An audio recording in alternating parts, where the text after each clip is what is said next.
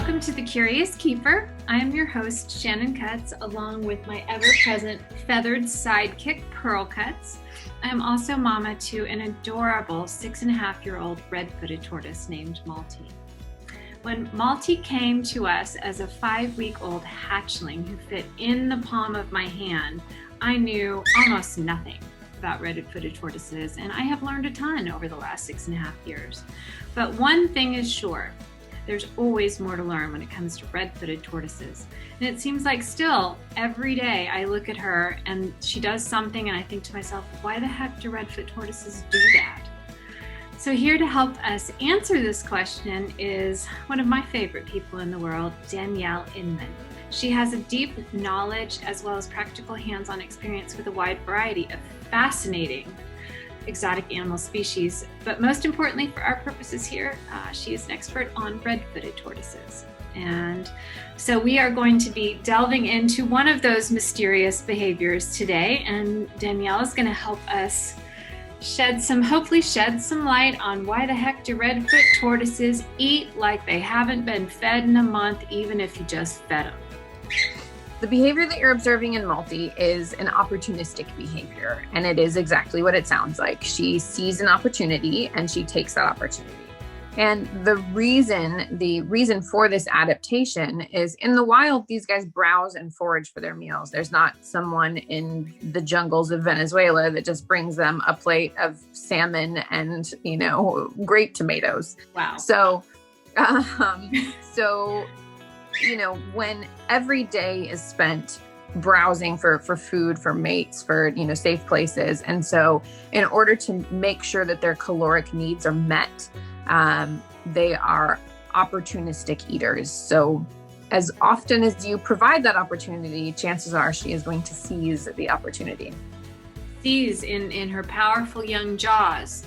I really watched with amazement when she really started to grow up and she started to grow these little kind of fang protrusions, which are so cool in her little jaws. They also make her bite quite a bit stronger.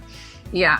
And they'll help her tear things. That's what that's made for, so that she can prehend things and, tear things apart more effectively. I know. I've finally been able to offer her, I was so nervous because when you have a hatchling, of course, they're so tiny, and I dice everything up, just like, make sure that little baby hatchling won't choke. But now that she's older, I'm so proud of her because she actually can tear the skins of papaya and cactus and boy, and that's really probably one of the biggest learning curves that I had to get over when I first met you, and you helped me learn how to feed her in a more healthy way and provide the right kind of husbandry and the lighting and all the things we talk about in our Redfoot Care Quick Start Guide.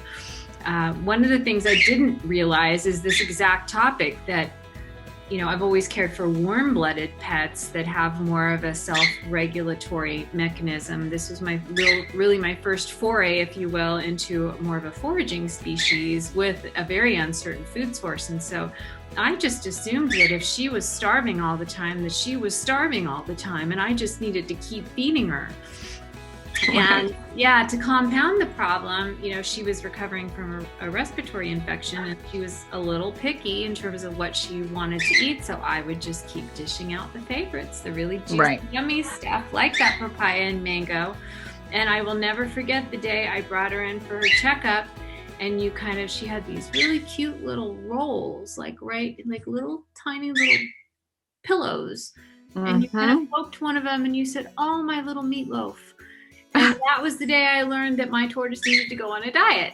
So who knew? And so, because of course tortoises, and you had to teach me how tortoises don't have the roll, the muffin top around the middle, because there's a shell there. So their muffin top is going to happen. If your tortoise looks quite plump in this area, that's the tortoise equivalent of the muffin top. And so it was quite hard to put her on a diet because I had to override all of my instincts of, if she doesn't want to eat it, well, I'll find something that she does want to eat just to get her to eat. And now I know, okay, she doesn't want to eat the greens that are healthy for her. Well, we'll just wait until she's hungry enough to eat them. Right. That's the thing. And it's quite a balancing act, you know, for the people who care for these guys, because, you know, they can train you quicker than you can train them. And that's the truth. Yeah. And, you know, making sure that you provide a balanced diet and a really varied diet, and you know, the exercise and enrichment that they need, you know, to sort of combat that behavior, because, you know, you don't necessarily want to train out the instinctive behavior, so to speak, but there are some ways that it can be a disadvantage to them in a captive environment, because that off switch just doesn't seem to be there. It's there. I'm actually not sure that it was installed. Yeah. Place. So, well, that's that. They're always hungry, even when they're not hungry. Because that instinct is just so embedded in them. So, thank you so much for all of these great insights and helping us to learn how to take the reins, if you know, so to speak, of the Redfoot daily menu, and the portion control is always important.